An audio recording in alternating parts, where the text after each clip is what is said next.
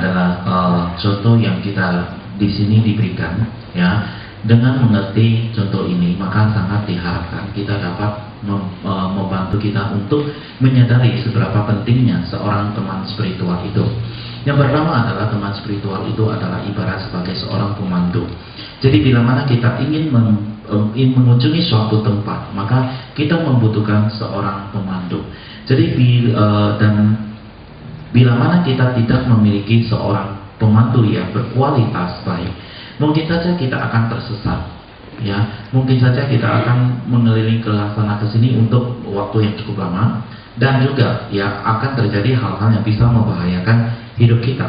Jadi hal ini juga terjadi, ya, sama halnya terjadi pada saat kita masuk ke dalam jalan spiritual ataupun jalan pencerahan. Begitu seseorang yang memasuki ataupun masuk kepada jalan latihan, maka tidak ada jalan lagi untuk mundur. Dan di sini apa yang terjadi adalah kita juga ada kemungkinan, ya, bertemu dengan banyak sekali bahaya-bahaya.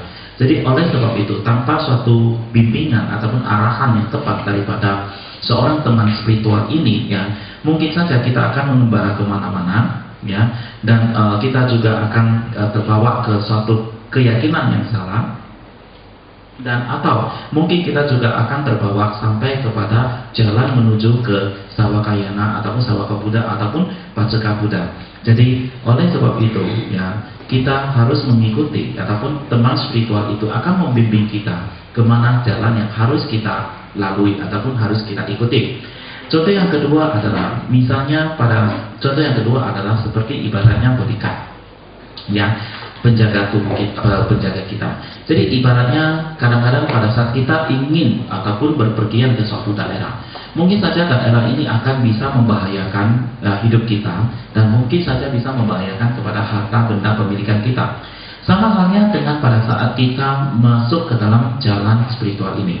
Sebegitu seseorang itu masuk ataupun mengikuti jalan menuju ke pencerahan ini, ya, artinya di mana kita membawa pahala kebajikan yang kita miliki untuk dibawa sampai kepada kota kebudayaan itu, maka tanpa bimbingan daripada seorang spiritual, ya, kemungkinan saja kita bisa bertemu sama seperti bisa pada saat kita menjalankan perjalanan, bertemu dengan penjahat ataupun perampokan di sini.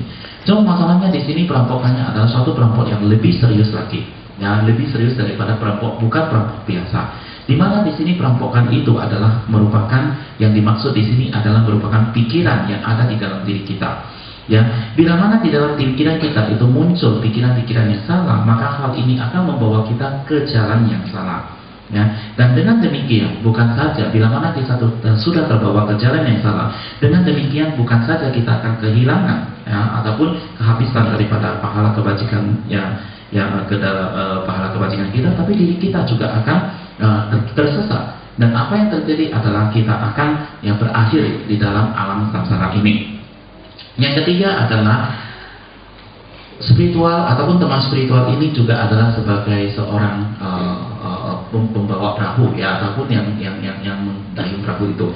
Tanpa mereka itu, mungkin pada saat kita ingin menyeberangi suatu sungai, mungkin saja kita tidak tahu jalan dan kita tidak tahu arah, dan mungkin saja kita akan terbenam ataupun tersangkut di suatu daerah berlumpur, dan mungkin saja kita akan mati di sana. Jadi kita membutuhkan orang perahu, ya, atau orang yang membawa perahu ini untuk membawa kita untuk bisa tiba dengan selamat ke pantai seberang.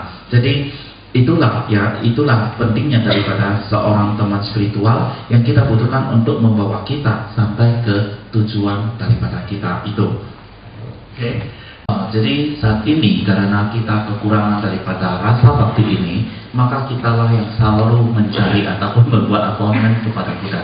Tetapi sebenarnya begitu kita memiliki suatu rasa bakti yang tak tergoyahkan ataupun devosi yang tak tergoyahkan, maka Buddha lah yang akan membuat appointment kepada kita. Jadi bila mana seseorang yang memiliki devosi yang tidak tergoyahkan, maka orang ini adalah orang yang tidak akan meninggalkan dharma dalam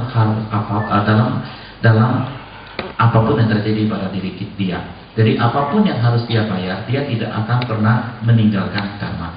Dan menurut Dapo Rinpoche, seseorang yang memiliki devosi yang tak tergoyahkan, maka mereka itu akan memiliki suatu sikap yang sangat luar biasa sekali. Mereka akan terbebaskan daripada 8 kondisi yang tak terbebaskan. Mereka akan memiliki satu sense yang sangat cemerlang sekali, artinya mempunyai kebijaksanaan yang sangat jelas untuk dapat membedakan mana yang baik dan benar dan salah. Mereka tidak akan pernah melakukan hal-hal yang tidak etika. Nah, mereka akan dapat meluluhkan ataupun melenyapkan racun-racun di dalam diri mereka. Mereka akan dapat menemukan satu jalan menuju pencerahan. Mereka akan memperoleh pahala yang berlimpah. Mereka akan bertemu dengan Buddha, dan Buddha juga akan selalu memberkati mereka. Jadi dari sini kita melihat bahwa devosi ataupun rasa bakti ini adalah merupakan sesuatu yang sangat penting kita miliki.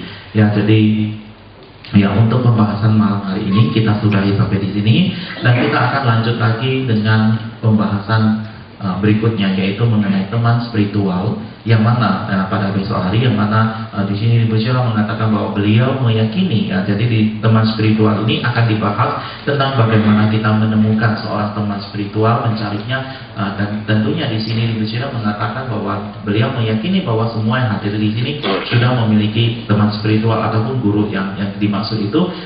Tentunya berikutnya adalah setelah kita memilikinya, bagaimana kita menjaganya. Nah, jadi itu akan menjadi pembahasan kita untuk besok hari, dan berikut ini kita akan memberikan waktu untuk tanya jawab. Kami